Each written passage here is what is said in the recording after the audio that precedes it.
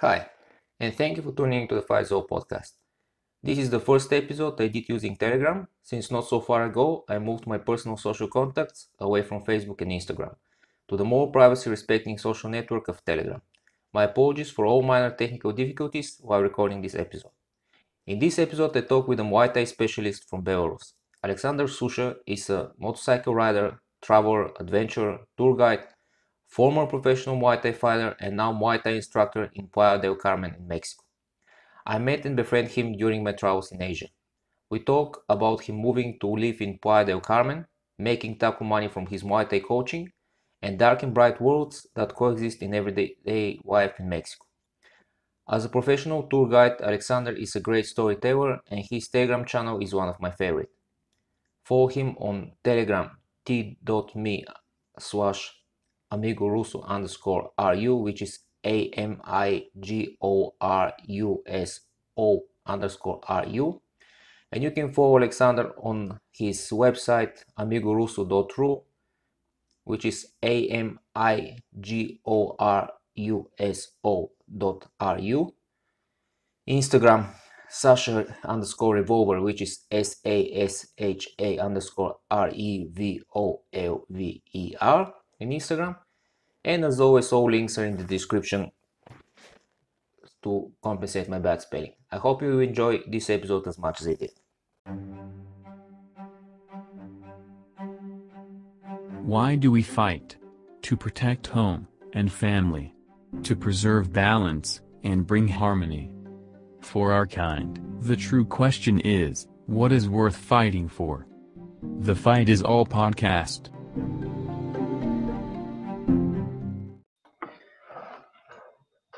We have seen each other was 2016 when I was in Laos.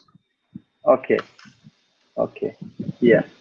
Now I can remember that year because it's been like long time ago. 5 years. Yeah, true.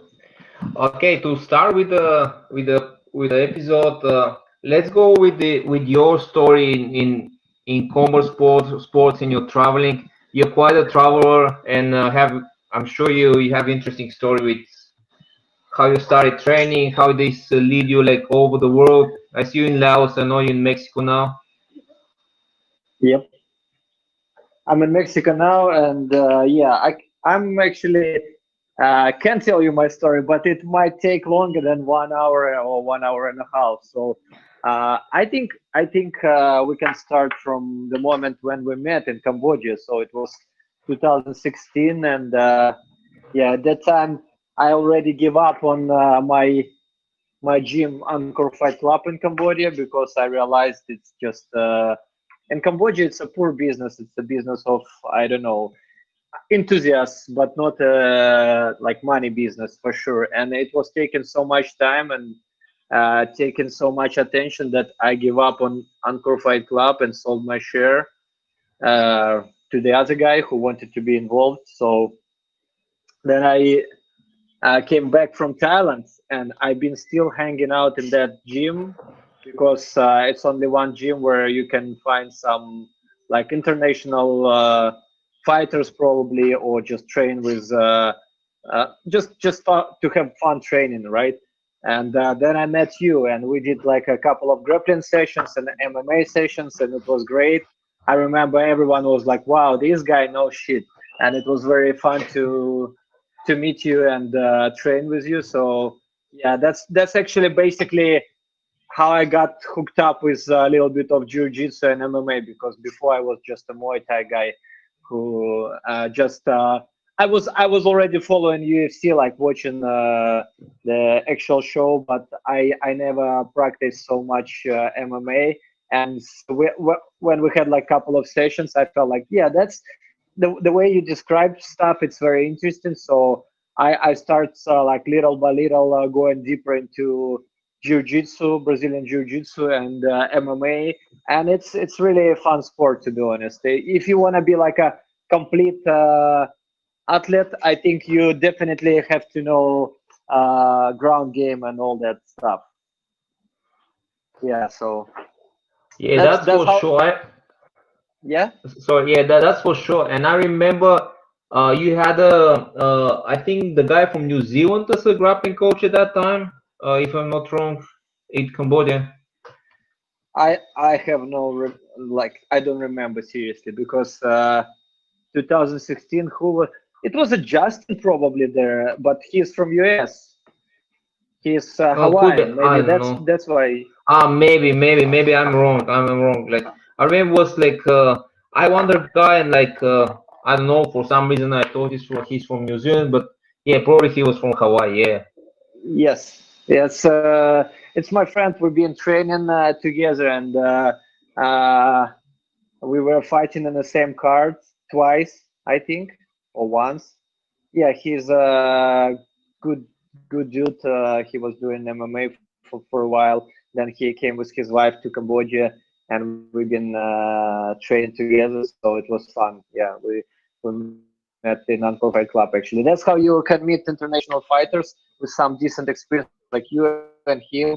Yeah, and he became a Jujutsu or MMA coach for the I don't know for during the time he lived in Cambodia. Yes, yeah, and yeah. Later, I had like I don't know how many three fights or two fights since I got from Thailand to Cambodia. But it was like I got a job as a bartender, and I've been like drinking a lot and working a lot.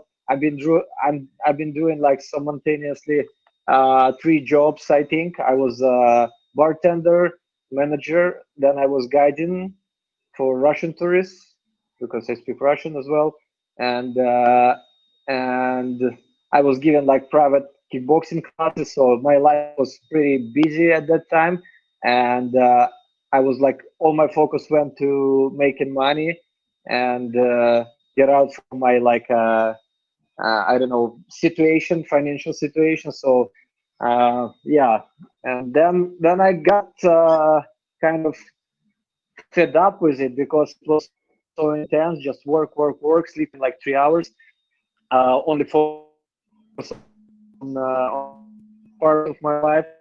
And yeah, in 3 years, I just was completely exhausted. It's normal for me, and then I like fuck it. I'm gonna go and see what's up in Peru.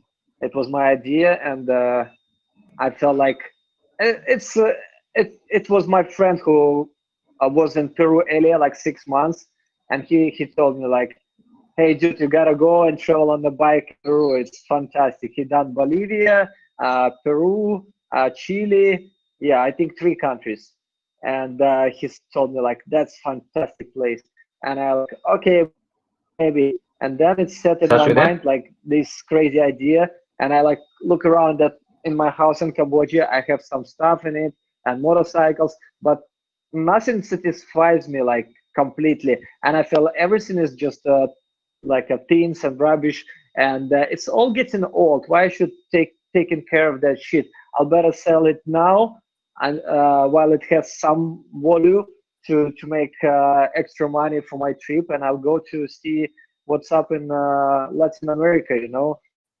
and yeah, then I quit my job, organized everything for that trip, and I traveled like 5 countries to get to Peru. I spent a couple of months in Belarus uh, doing martial arts permanently uh, uh, while I was traveling. Yeah, so in Poland, I went in the squad and trained with a couple of guys there, and yeah, then I got to Mexico on the way to Peru, and yeah, Mexico was terrifying to me. It was like a scary dark place, especially where I lived, and I couldn't get culture after living for 9 years or 8 years in Southeast Asia, in Thailand and Cambodia. To me, everything was rough and like a threatening. So I was like kind of surprised. I was surprised, and then I jumped on the plane and went to Peru eventually. And Lima was like my first night driving, like going by taxi from the airport to to my host, to my place. I was looking around, and Lima looks like fucking uh, Gotham City from Batman movie. You know, everything is just dark and smashed and stolen and poor. And I'm like, what the fuck is going on here? So I jump. Yeah, I got a bike. I got a bike, and I went travel for 5 weeks on the bike. And as long as I left Lima, everything was great. People are great. They curious about you. They happy to hang out with you and help you. Like pretty much altruistic people from some point, you know, or not trying to like take advantage of you. Not everyone, at least. So I actually loved it traveling by motorcycle alone through Andes. It was a great experience. So yeah, and when I got to Cusco from Lima, it was like a no, I don't know, maybe 2000 and a half kilometers trip. I maybe even more. I don't remember how many kilometers I done, but it's a huge travel. Uh, yeah, I got my ticket back to Mexico, and when I got back to Mexico, everything was super nice.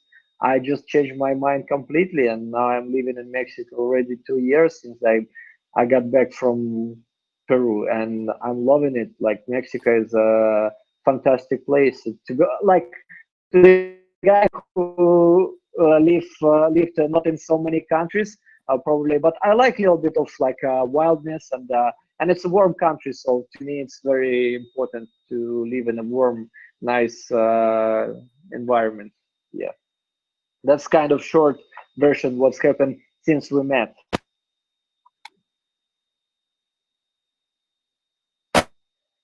Hello,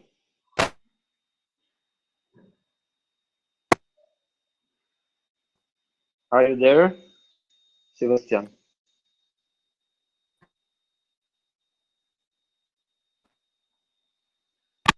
Hello. Oh, you hear me? Yes, yes, yes, yes. Because I've been telling so much, like so many. My story was long, and you disappeared. So I thought maybe something happened. Maybe No, no, I just didn't want to disconnection. interrupt you because like I want you to to your train of thought to go. I was just telling that living in a warm country is good for injuries. I enjoyed as well like my wife in Australia because I live in Queensland where like the winter is 20 degrees, so it's good for the injuries. They don't hurt when you're on warm. Yeah, exactly. That's my actual reason why I pick warm countries because it's important for my joints, for my bones, for my body to it feels better, you know. In cold climate, I've been in Belarus in 2019. I went specifically during summertime, and it was like plus 18, like incredibly or unusually cold, and I felt like miserable. I couldn't move. I couldn't leave my house. It was so tough for me to live in plus 18. So I'm kind of pussy about that. Yeah, when you adjust for a warmer climate and when you go to a colder, then you're like, oh, yeah, you're soft now, you're chicken. I know, I'm the same. Yes.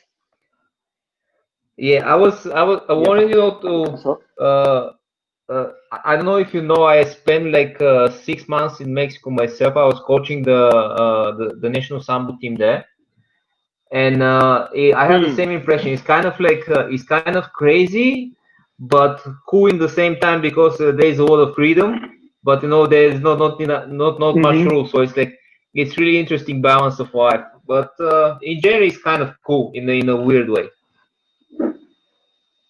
Yeah, I agree. It's kind of lots of things open for you, and but at the same time it's tricky. So yeah, it's like both ways. How are you dealing with Spanish? Do you speak Spanish? Well, when I decided to travel Peru, I took a couple of classes of Spanish, but of course, if you never practice and you've done just 5 classes of Spanish, it's like nothing. And I pretty much knew like 20 words probably. Yeah, like numbers and hello, how are you? Maybe, yeah, how much? And that's it. Like it was my vocabulary. So I got to Latin America and slightly I like mixing up my Spanish and English. I kind of get by with it I could survive, but then I got to Peru and it was very difficult. But in that kind of environment, you pick in words very quickly. Like you ask, like, what's the word for the like potatoes? They like papa. What's the word for chicken? They like pollo. And that's it. You pick up words very quickly, especially what you need to during your travels. So since after Peru, traveling Peru, I came to Mexico more confident about my Spanish, but it was still kind of shit. But I was doing like Duolingo. It sounds funny, but I do Duolingo like 300 something days in a row, and it just like fills up your emptiness of new words. So you like picking the words every day, one more, and you practice them whenever you have a reason. So it puts all words together, and finally you start kind of speaking. And I'm listening how people communicate, so I pick up their phrases and use them too. So it makes your Spanish more variety. And now, like after 2 years, I think I can speak about many things in Spanish, but it wouldn't be pretty accurate, like not wouldn't be pretty or accurate from the grammar aspects. But in general, I feel like I can be satisfied in 2 years in my Spanish. It's definitely improved since I start my travel. So yes, that's how I speak Spanish. Well, I lived mostly in Mexico City, and I found out there that there are a lot of people who actually speak Russian than English, which was very weird. But because they're close, to USA, but apparently there was a lot of people who are actually speaking Russian there. I was also taking Well, Russian classes in Mexico City. I don't know why, well, but he here's a massive number of Russians immigrants and people who moved here from Russian-speaking countries like Belarus, Ukraine. Like don't forget that Russian community, Russian-speaking community, it's huge too. It's like 230,000, 230,000 millions of people, I think, who speaks Russian. So it's a crazy number of Russian-speaking people lives in Mexico for sure because uh, like I met here with Ukrainians, Russians, Belarusians, Lithuanians. Like it's pretty much all former Soviet Union, and I don't know how big community of Russians here, but I believe it's like a thousands and thousands of people living only in Yucatan Peninsula. So yeah, they all over the Mexico, I think. that's very interesting. Do you have any reason why so much Russian-speaking people actually moved to Mexico? Well, because Russia is tough, Russia is cold, Russia. There's many reasons. If we go to political, political context, it might be dangerous, But what I can say, Russia is like I met lots of Russians who kind of loves Russia, but they don't want to live there. That's the funniest part. They like all patriots. They support government policy. They support past of the Russian history, Soviet history, but they don't want to live there. Like if you ask them, do you want to go back? They're like, no, fuck that. That's my experience of meeting lots of Russian people in Asia, in Thailand, and in Mexico too. So I have no clue. I believe it's easier to live here. You're not facing so much like aggression, probably anger. and it's nice. It's you living by the beach. For example, I live in Yucatan Peninsula in Playa del Carmen. You live by the beach. You have I don't know 345 days sunny days a year. So it's amazing place. It's Caribbean Sea, So I don't think it's a bad place to live. I wouldn't pick that place to. Or example, you live somewhere like I don't know in Chelyabinsk in Russia, where it's like pollution factories, pretty much dark, pretty much cold, and you're facing every day some rules, regulations. So yeah, like what would you pick, like Mexican coast or Chelyabinsk? So it's not only Moscow and St. Petersburg in Russia. It's a huge country too, and yeah, so people don't want to live there. Belarusian immigration. I don't know how many people migrate after political crisis in Belarus. I think like maybe like thousands and thousands of people just migrate to other countries like Poland, Ukraine, and around the world. So I think it's a big factor too. So people don't really want to live there as long as they have opportunity to make money abroad of their country. Not everyone has opportunity to travel and live abroad, and some people very connected with their families, and they cannot relocate with the families together. So it's not everyone can do that, but some people can. Yeah, true. Uh, so I want to ask you, like I mentioned that when I was in Mexico, that normally when I speak to someone and I tell them that I've lived in Mexico, the first thing they think about is, oh, that's crime, cartels, and everything. But the truth is, like, it's one part of the country is very violent. There's a lot of crimes and cartels and stuff. Other part of the country is like quite peaceful. Like, can you explain this? How is it going in your area with the crimes and cartels and all those stuff in Mexico? Well, from my opinion, it's not like Mexico completely safe, or some states safe, some states unsafe, some places you can go. It's like two worlds, One is a human's world, where everything chill and peaceful, and the other one like a underworld, where all these like a crime business going on, because you won't meet people on the street who is driving big cars with machine guns on the rooftop and shooting everyone.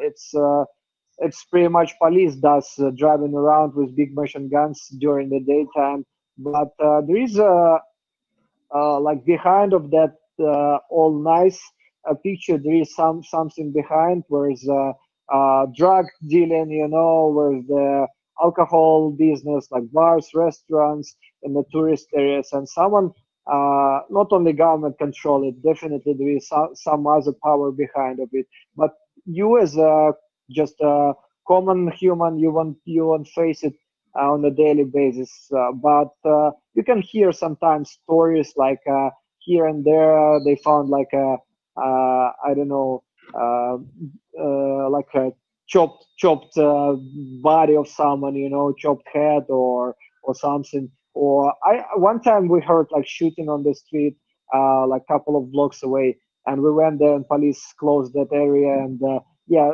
there is something going on all the time, but you don't face it on a daily basis, so you don't really care about it as long as you're not getting into the business with these people. So kind of business like a drug dealing, or I don't know, some other businesses. If you have like a office or bar or restaurant, someone will knock to your door and will tell you like, hey dude, you gotta give a cut, and if you won't give a cut, later they will like start shooting your restaurant. Or but you won't see it as a tourist, or like a I don't know, guy who doesn't touch their interests. So that's how it's going. And I thought actually Mexico would be way more violent, especially during COVID, because I thought so many people will lose their job, an opportunity to earn money and support themselves. So violence will be like crazy on the streets. But seems like Mexicans did it very well, actually, in my opinion. They were very like organized and very quiet, and yeah, I didn't I felt good in Mexico and safe, and everything is nice. That's why I chose this country, because this country has some problems, but any country has those problems, and in any country you get in trouble if you're looking for trouble, I think. So that's my opinion. You mentioned COVID, brother, and what's the situation with COVID now? Like, how they went through the through the last year, and what restrictions they have? How was going there for the business and all that stuff? Yeah, COVID fucked up my job. So I was working as a tour leader for a Russian company, and I was just going in one from one of the tours. We were returning back, and my boss told me, "This COVID shit, it won't be short. It will be a fucking 6 months at least issue, and all tourist business will get fucked up." And then, like week or two after, on the way to with my tourists on the tourist bus in one of the directions, we got like reported that actually all the tourist attraction getting closing, and yeah, my company couldn't operate anymore, so they uh, they pretty much terminated the company or stopped operating, and that's it. I lost my job, and yeah, tourists stopped coming to Mexico. Even Mexico didn't close the borders, because all charter like airplanes, they got canceled too, because and, like people stopped going. Some countries like completely closed down. Even Mexico didn't close their borders. The rest of the world closed down. So Belarus and Mexico, only two countries which didn't close the borders, as from countries that I know, and it was crazy. So you could enter to Mexico, but it was very difficult to get there. Yeah, and it's been like a curfew for maybe 1 or 2 months here, when you couldn't leave your apartment like late night after 9 or after 11, I don't remember. And Playa del Carmen, like a tourist paradise, turned to like ghost city for a couple of months. All the like tourist infrastructure were closed and shut it down. All the bars, restaurants, but it was kind of slow, so they not locked. Closed the business very quickly. Slowly, like little by little, they start like forced new harder and harder restrictions, and eventually, yes, some of the business uh, like been closed, and actually closed like, and they didn't recover actually. Uh, I saw some businesses which has been like destroyed by COVID. So is my company. It's not operating anymore since COVID. It's been like more than a year right now. Uh, yeah, I was just like lots of guides from my company just jump on the airplanes and went back to Russia. And I like, fuck that. I came here not to work as a tour guide. I would love to work as a tour guide, but I came to live here, so I gotta find a source of earning money. So I got back to online poker, which is I knew before, and to me it was quite easy to pick up some cash. So it was actually time when I returned to online gambling, and I made like 4 grand, so I could get by with this money for a while. And I start moving my ass, I start giving classes just in the park, and Muay Thai classes, and it actually paid my food, and it's fantastic too. So I was kind of trying to stick with my uh, ideas, and implement the business that I used to do in Cambodia. I could bring it to Mexico and quickly raise some money. So online poker, personal training, uh, I mean kickboxing training, not personal training, and given a small tour. So And actually, I got some references from back in the days when I was working as a guide in Cambodia. So I got a couple of tourists who came from Ukraine somehow to Mexico, and all attractions were open. So I actually started giving the tours.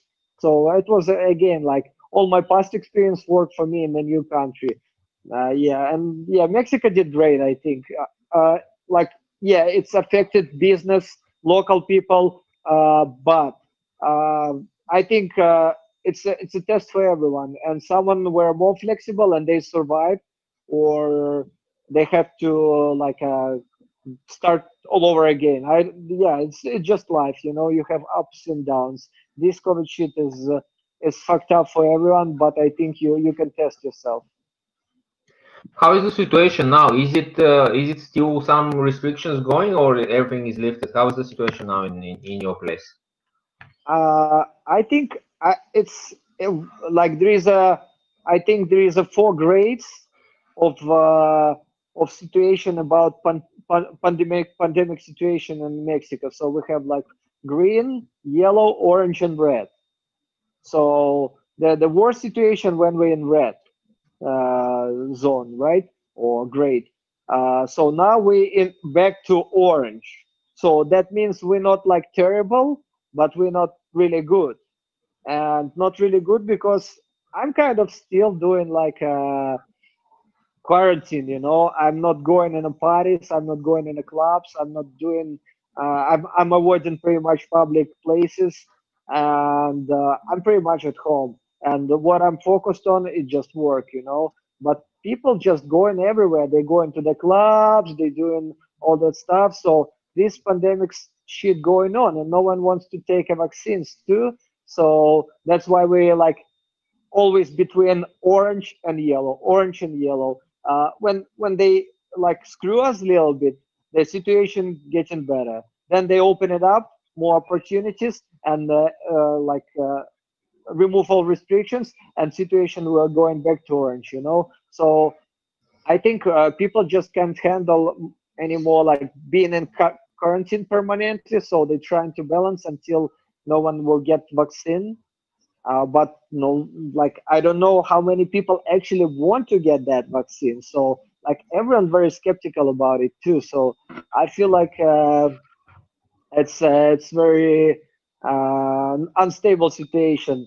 Yeah, and yeah, like in supermarkets, if you go in, you cannot go with the kids. I think you just gotta go alone, or if you come in with the family, only one family member can pass. Of course, we use uh, gel for the hands, and they all test your body temperature, and yeah, like there is some restrictions. They asking you to keep distance between like between people waiting in a line. There is a lot of still restrictions, but I think people just not very careful. Even in Mexico, I'm surprised. Like Mexicans, pretty much everyone on the streets wearing their masks and using that gel for the hands.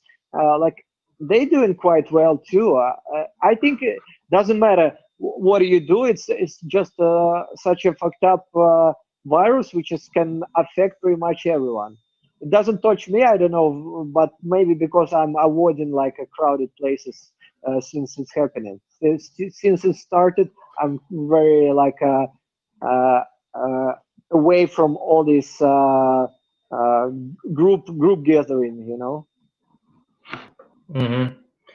So are the masks compulsory, or like you wear one if you want to, or you have to wear one when you get inside a public place, or how is with the mask? I think only you have to wear it in like when you're coming into the stores or public buildings, you know, where's the closed space, you know, the not open spaces. Hmm. Yeah, on the fresh air, it's you're not obligated to wear it, but it's only in my state, I think, because if you will go to the other state, for example, I'm living in the Quintana Roo state of Mexico, but if you're going in the other state, Yucatan state, uh, you have to wear mask everywhere on the streets, in the restaurants. I mean, in the stores, in the restaurants while you're eating, you don't have to, but the rest of the time you have to be in mask. And people driving in the mask too, and that doesn't make sense to me. But Okay, uh, that's weird now. Driving with mask doesn't make any sense. yes, yes, but some of I see them, so some of maybe they got used to it so much, or I don't know. Yeah, but still, like all of the attractions already open. The parties like in Tulum going like every week 2 or 3 times, like a rave, I don't know, parties, whatever. It's going on like completely as before, you know.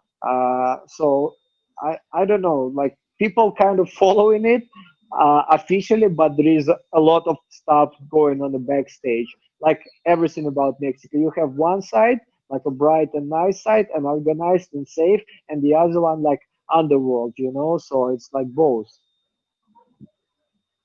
Yeah, well, in this case, I don't know which is the dark side, which is the white side, but yeah, it's fun. Let's go back. Let's go a bit into your coaching. Do you coach only private classes or you do groups as well at the moment? Well, to me, like coaching is fun thing because I never thought I'll be a instructor. You know, I cannot call myself like a coach or like something like special. I'm a Muay Thai instructor, and it was an idea to just when I was in Cambodia first, like we had no legit training center for kickboxers there. We, where when I met my like a business partner and my friend Brandon, we were training in the army base of Cambodia. So the problem is only big city Phnom Penh had a decent training center there, but or something like more so okay looking like a training gym, you know, kickboxing, Muay Thai club, whatever. But in Siem Reap where we live, we had no like legit training area. So and one of the guys from South Africa, Paddy Carson, he opened up just after we had that idea in Siem Reap, he opened up his own Paddy's Fight Club there.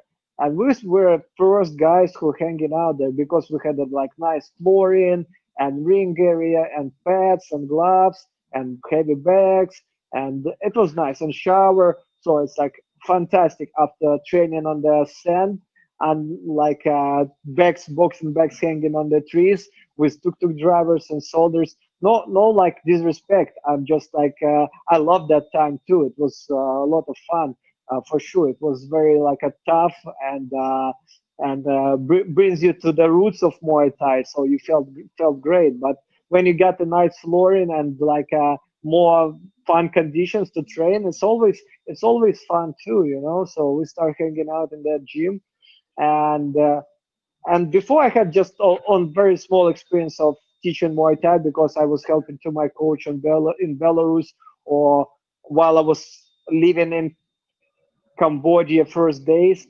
I couldn't find any gyms there, so I was training by myself with a couple of mates from Russia, just like training together. And slowly it's turned to like a part of my life. So when uh, the Paddy Fight Club, the South African guy, he decided to sell it for personal reasons. And we were there, so we said, okay, we'll buy it from you. And that's how I start my like training or like coaching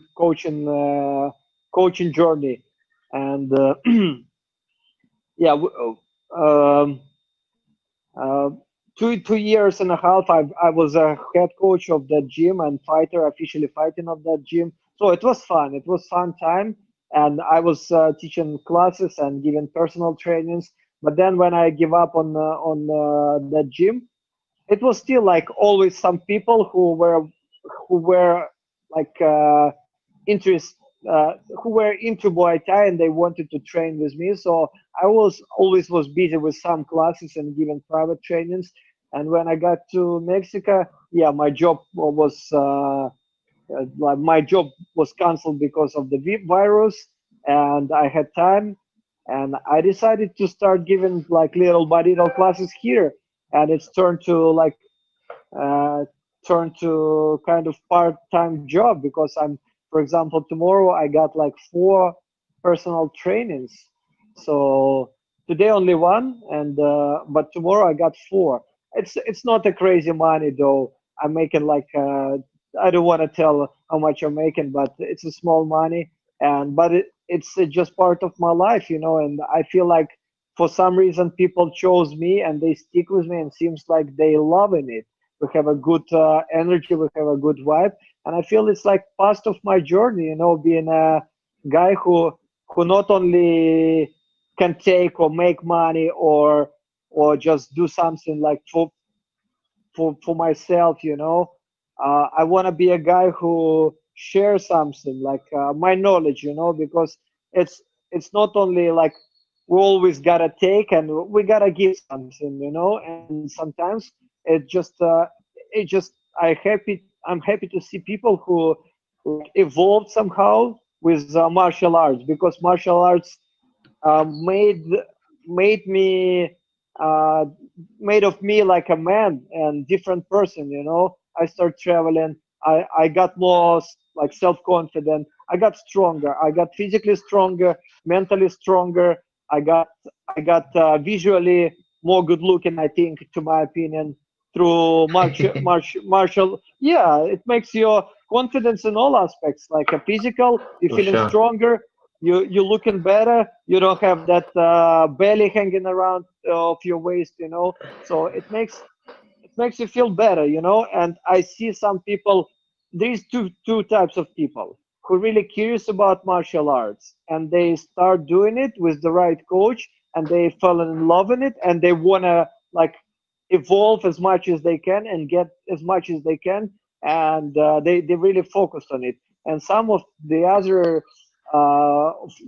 some people, they want to do it because of passion, probably because of it looks cool on the like Instagram videos or on YouTube, but when you start doing it, it's not easy too. Like it's not what everybody can do. If you and they hate it, but they want to do it to look cool. I don't know, to get in a good physical form, but they hate it. So there is always two types of people who are willing to do it and loving it, and there is some people who is just like they don't want to do it, but they they want to be like all those cool people on the videos, but they don't want to go through the process. Do you understand me?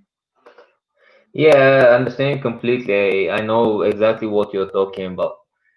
But Yeah, I'm sure. I had the impression for you since we met that you really know like you enjoy the journey, and you also had like some quite a few fights, and you're training for a while. So I think it's a good that you're sharing the experience, because that's something that is won by blood and sweat, and it's good it's good to leave a trace and to teach the other people. So that's my reason why I've been coaching so like I don't know how many years, like almost 15 years.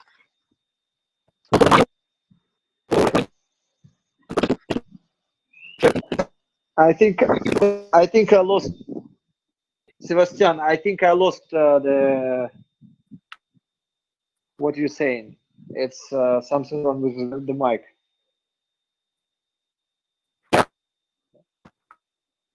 Something happened to the mic of you No, should or be fine now. It's oh, now I can hear very well. It was a moment when I couldn't hear anything what you were saying. So could you yeah. repeat I from the guess it's moment the when you say, connection. yeah?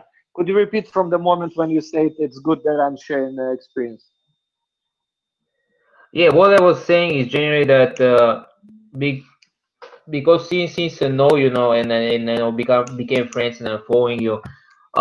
I know that you fought a lot, and like you gain some knowledge by blood and sweat. And myself being a coach almost 15 years now, is it's the same reason. I don't do it for the money or anything else. But this is just a side thing, but it's just a fun way, to share your knowledge and the things that you learn by your traveling and training and fighting and stuff like that. So it's fun knowledge, to have and to share with the people. I think it makes something good with them. Yeah, I agree. I mean, like money is a small reward for your time, Like why I would spend like 5 hours or 4 hours in my life with people, and like giving them something, and it's just a small reward. Like you get in like a taka. I call it taka money. I can buy some food. I can buy like a gym membership for this money, and I spend some time with people, but I'm not like charging crazy money, and we're just having fun. And sometimes I do it like very like for very cheap, or like for nothing. I've been traveling in some places where I see people not making money, or they just opened up. I can just do like a volunteering too, and give some classes. Like in Cusco, I was given classes almost like for nothing, for portion of chicken and rice, and it was fun too, because to me it's not like a really I have to stick with the price and the money. I feel like if they have a need of person who has experience of living and training in Southeast Asia, in Thailand, and Cambodia, and compete professionally.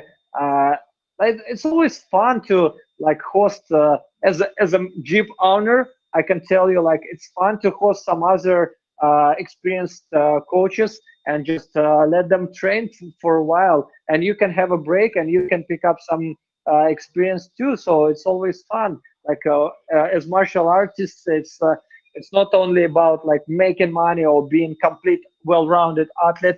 It's a journey. It's fun. You're just exchanging your experience with the other people. So why not? And I see some people hooked up with it, and their life has changed.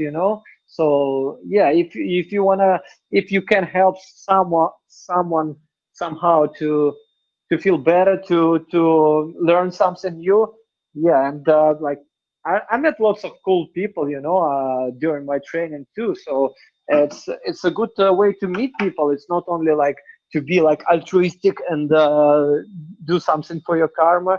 It's good just to go out somehow and meet people. And majority of my clients are actually cool dudes, and beautiful girls as well. So it's just always fun. Yeah. Yeah, well, my coach, one of my coaches has this saying that when you stop finding, what remains are the medals, the friends, and the injuries. And now, like from the perspective of time, I can say he was right. Yeah, for sure. Like I started Muay Thai when I was 25 or 24, 25, I reckon.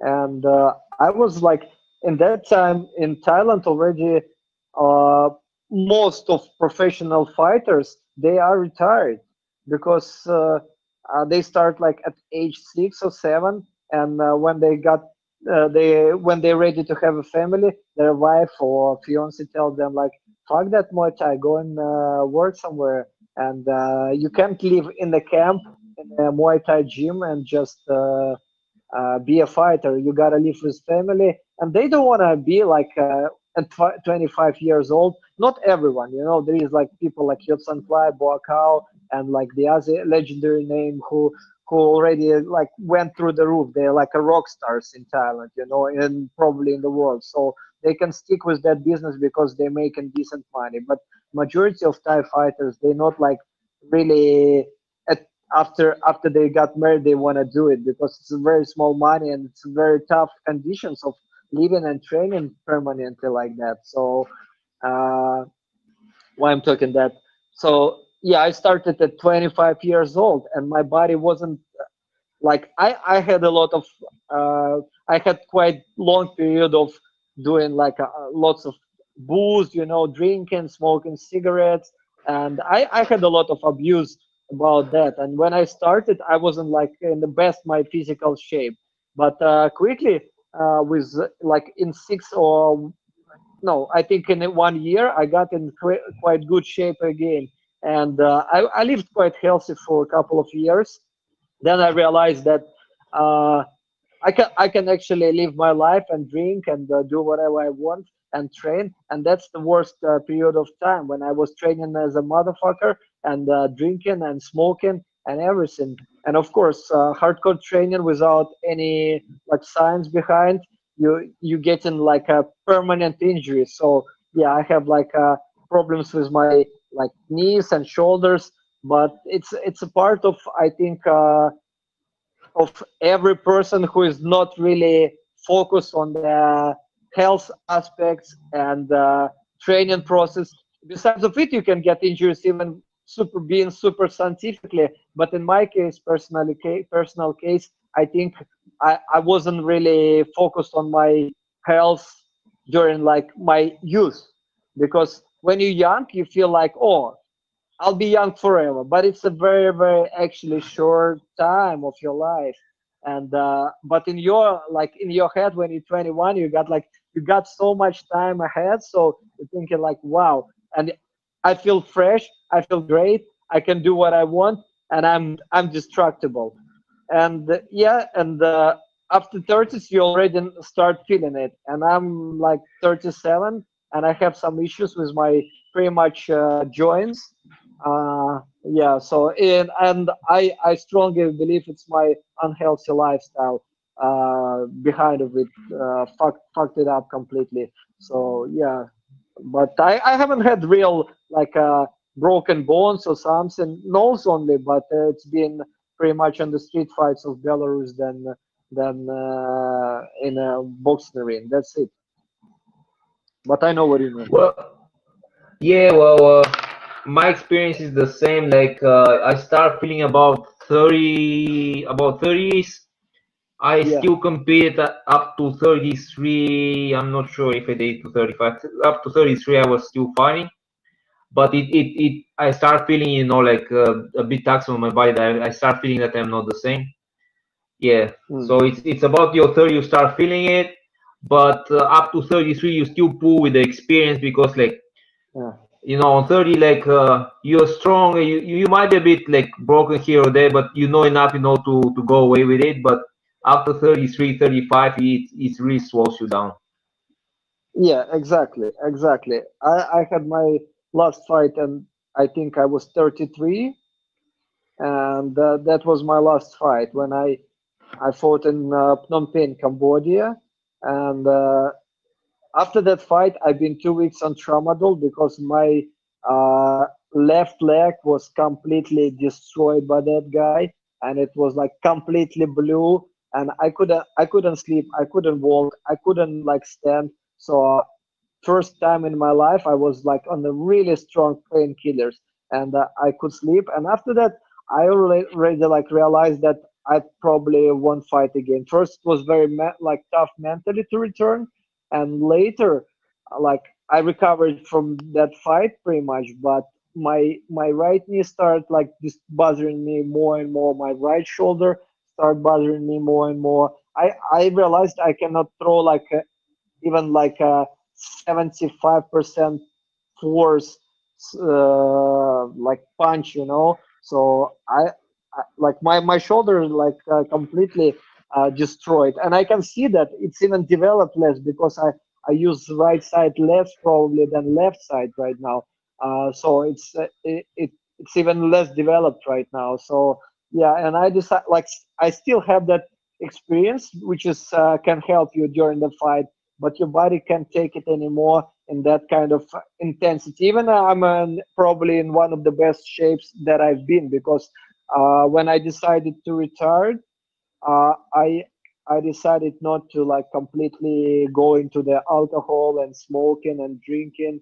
I just opposite. I was 3 months sober, and I realized that my life is much better being sober completely. So I quit alcohol completely, and I quit cigarettes completely, and yeah. So I actually found my balance in my life. And like some of the fighters, they just stop competing and they go into the parties, and I had it during my actually uh, fighting career, and then when I retired, I decided to stop it. So I'm still training.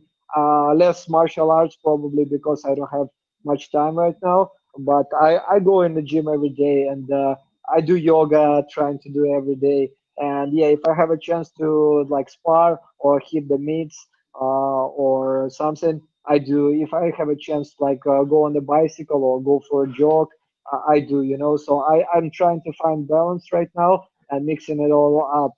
Some little bit of weights, little bit of that, little bit of that. So it works pretty good. And I'm not really like bored of doing same stuff. Like if you go in like Muay Thai gym 2 times a day just to train yourself, you feel bored, because you're doing the same stuff like for 10 years, and it's like all this, like you learning new techniques, of course, you meeting new people, it's all fun, but you can do it like a couple of times a week, and you can spend time on the other practice. Like I would love to do more jujitsu right now, but I'm just so much doing so much work right now just to get by in Mexico that I don't have an actual time. But I will definitely anytime soon I will go back into jujitsu again. That's what I'm really wanna be more like evolving in it and improving in it. Definitely, it's what I wanna study more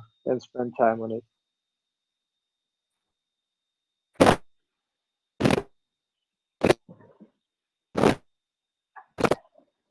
Again, something happening to the mic. How's now? Yeah, Better? now it's good. Now I can hear you. Yes. Yeah, I was saying that jiu-jitsu is a bit less taxing to the body compared to striking sports, because in striking sports, like even if you're good and you know how to do it and everything, like each sparring you get hurt wherever you do, like it just very taxing to the body. Jiu-jitsu is kind of like a bit less impact, and it's a bit less taxing to the body. Of course, depends who you're training with. It can bring a lot of injuries as well, but in general, if you train clever with a good partners, it's like definitely like less taxing to the body than any striking sport. I think it's actually very good for my like bones and for my joints, because I feel like I'm after the training I feel completely stretched, and like I had like 2 hours of strong Thai massage. It's so good for my body. I feel great after jujitsu, especially if like the old techniques in jujitsu, you're not like throwing, you just pulling something or hold something strong, like strong grip, and you hold it. So it's like a static movements or dragging movements, and it's actually very good for like developing some strength and build up that strength around your joints. And I feel it's very comfortable. So all these dragging and pulling exercises is way better than you throwing you just punches and shoulders and kicks and knees. And my knees time after time can like pop in. I have a broken meniscus, damaged meniscus, so it's popping out and I have to put it in the right place. So for me, every like footwork and boxing training, it affects my knees and my shoulders more because of the conditions of the sport and techniques. But from the technical aspect of jiu-jitsu, it feels like after the training you feel great. You feel like after great massage or yoga session. So and you learn something.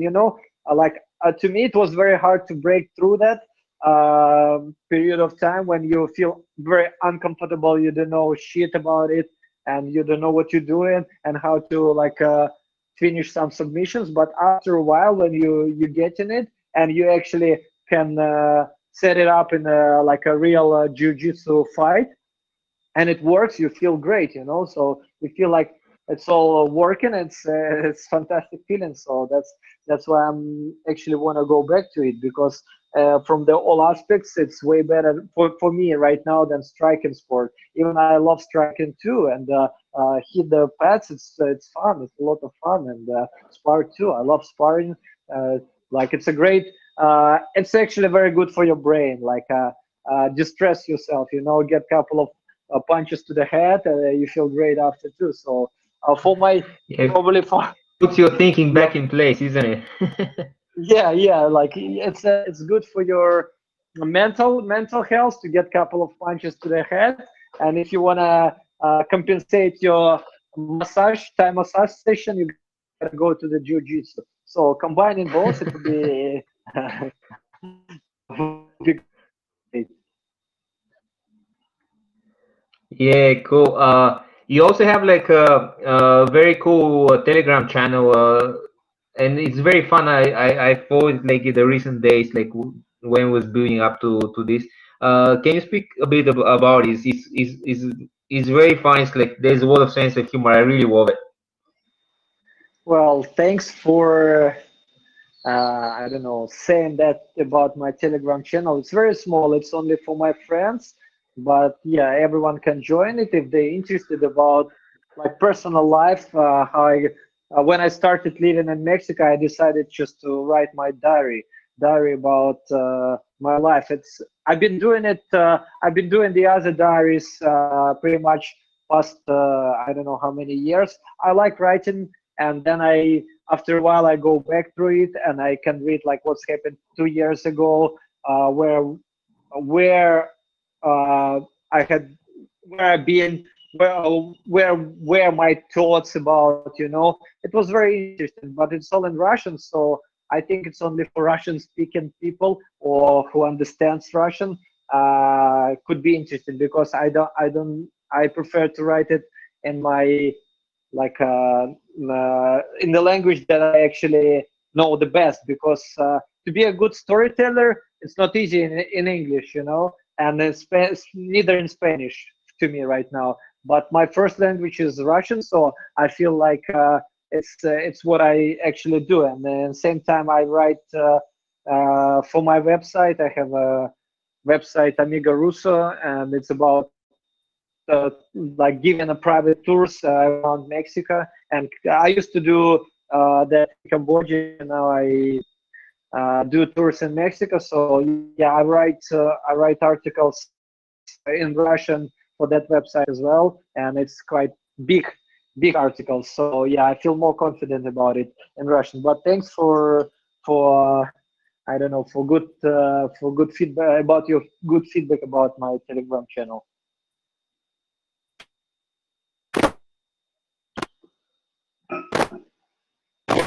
Again, something happened. Something with the mic. Yeah, for some reason it's losing it from Yes. time to time. I guess this is because of connection. Do you have any other social networks that people can follow your stories? And I'll put also like links in the description of this episode, so everyone who listens to this can go and like check your stories in the Yeah, different social networks. So can you tell your Facebook, I think Instagram, all those stuff? yeah, yeah. I think I'll give you my Telegram channel and my Instagram, and that's all about me pretty much. Yeah, you can put my website too. If some Russian people will come, will spot it on your podcast channel.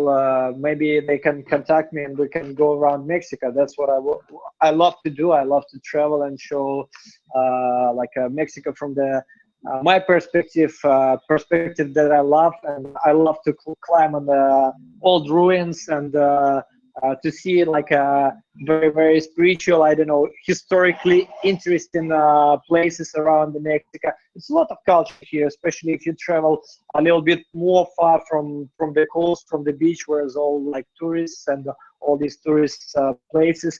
If you have a chance to go a little bit more away from it, Mexico is beautiful. It's super quiet. It's super like a variety of different landscapes, different scenarios, different ruins, different stories, different ethnic groups, different food. Like everything is so interesting about traveling around Mexico. So yeah, you can put my website there, amigarusa.ru, and my Telegram channel and my Instagram. I'll send you the links. Yeah, thanks for that. I'll put them to the episode. I since I've been in Mexico, I love their history because it's very strange and very like wild. Which is your favorite historical place, or at least the most interesting historical place you ever been in Mexico up to this moment? Well, I like a few areas in Mexico. Every place in Mexico has different history, you know. And as a guide, I like many places. But definitely, if I want to see like some like part about pirates of Caribbeans, and something like a history of 17th, 18th century. I would definitely go to the Campeche state of Mexico, and it's a nice place to visit. There is like old forts, all about pirates, history of Mexico. If you like more about nature and green stuff and mountains and indigenous people, you can go to Chiapas, Mexico. It's a state where have very nice archaeological site, Palenque. It's like very authentic place with a lot of like a like a trees and beautiful nature and landscapes and mountains. It's very nice, and there is like a old city ruins surrounded by all these jungles. It's a very nice place to visit, and you can see many wild creatures like monkeys, colorful parrots, and eagles, like a bunch of cool things just around, you know, wild nature just running around a few. So it's very nice too. And Mexico City just like great place to learn about, like to visit museums. For example, there is a anthropological museum, one of the biggest museums I ever been to, like absolutely huge. You can visit Museum of Trotsky there, Frida Kahlo, and some art galleries. So I like Mexico City because of the Central Square, because you can see all the ruins right in the center of city. Then you can see the colonial cathedral and all colonial architecture of 16th century right in the center of the city, and museums as well. But if I would choose where to go, Chiapas, in my personal perspective, is one of the untouched by global civilizations places. You know, it's very unique. It's very quiet. It's very still like a fragile, and I like to go there as I have a chance. And yeah, I organize some tours there with like a small group tours, and seems like people loving it because it's a great place to visit for sure. And they have still like some part of the territory, it's not under control of the federal authorities. There is like independent areas, you know, not under control of the official government. So it's very cool, you know. So yeah, Mexico is fun to travel. It's very, very different. Just as long as you get out from the tourist area, you just see in different Mexico. Yeah, Mexico is definitely fun. Well, thank you for that, brother. I know you are busy and you have to start a class soon, so I won't take much of your time. Yeah. I'll just need to send me a photo of yours, you know, to put it as a cover of the episode, and the links of your social networks and your website. I have the your Telegram, so I'm gonna take it from there. And if you want to add something, so just go ahead. I want to say thank you for inviting me on your podcast. It's my first experience, so it's very fun to talk to you, and it's good to stay in touch with you. Like you're one of the, like, I don't know, favorite coaches that I met during my travels. So I wish you good luck, brother. And yeah, if you might have a chance to come to Mexico, or I might have a chance to come to Australia, definitely we gotta catch up and do something together. And yeah, I wish you good luck in all your projects, and seems like you're doing good. I'm following you on Facebook. So yeah, and I want to tell to your followers that we just gotta give a little bit to our heart to to follow our heart, not only being focused on our what is right, what is wrong. Just follow your heart, guys, and give more love and be more patient with people, and patient and love, and that's it. That's all what we actually we need. So that's my advice for all followers of your podcast channel.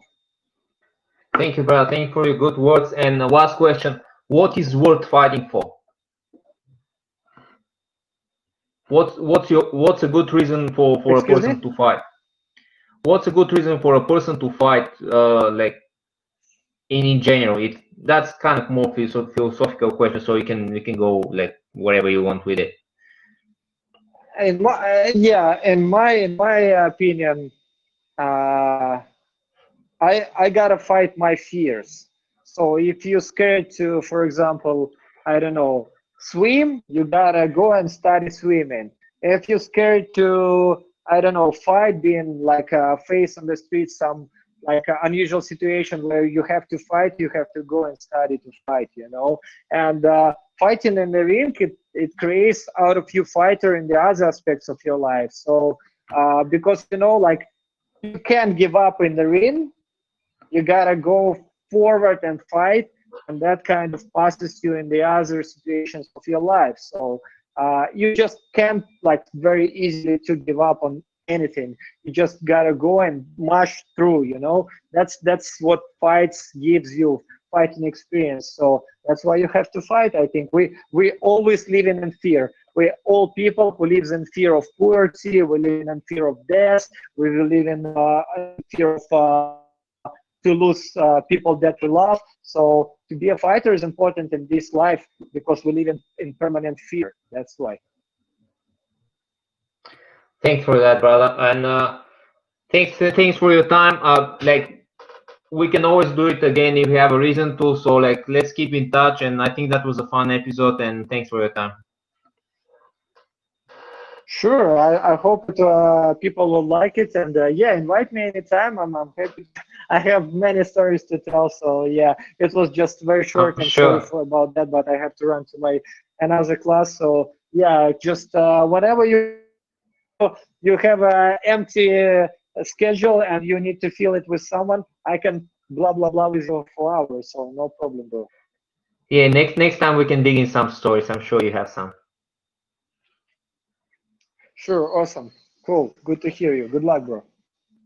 Cheers, brother. Have a good session, and talk to you soon. Cool.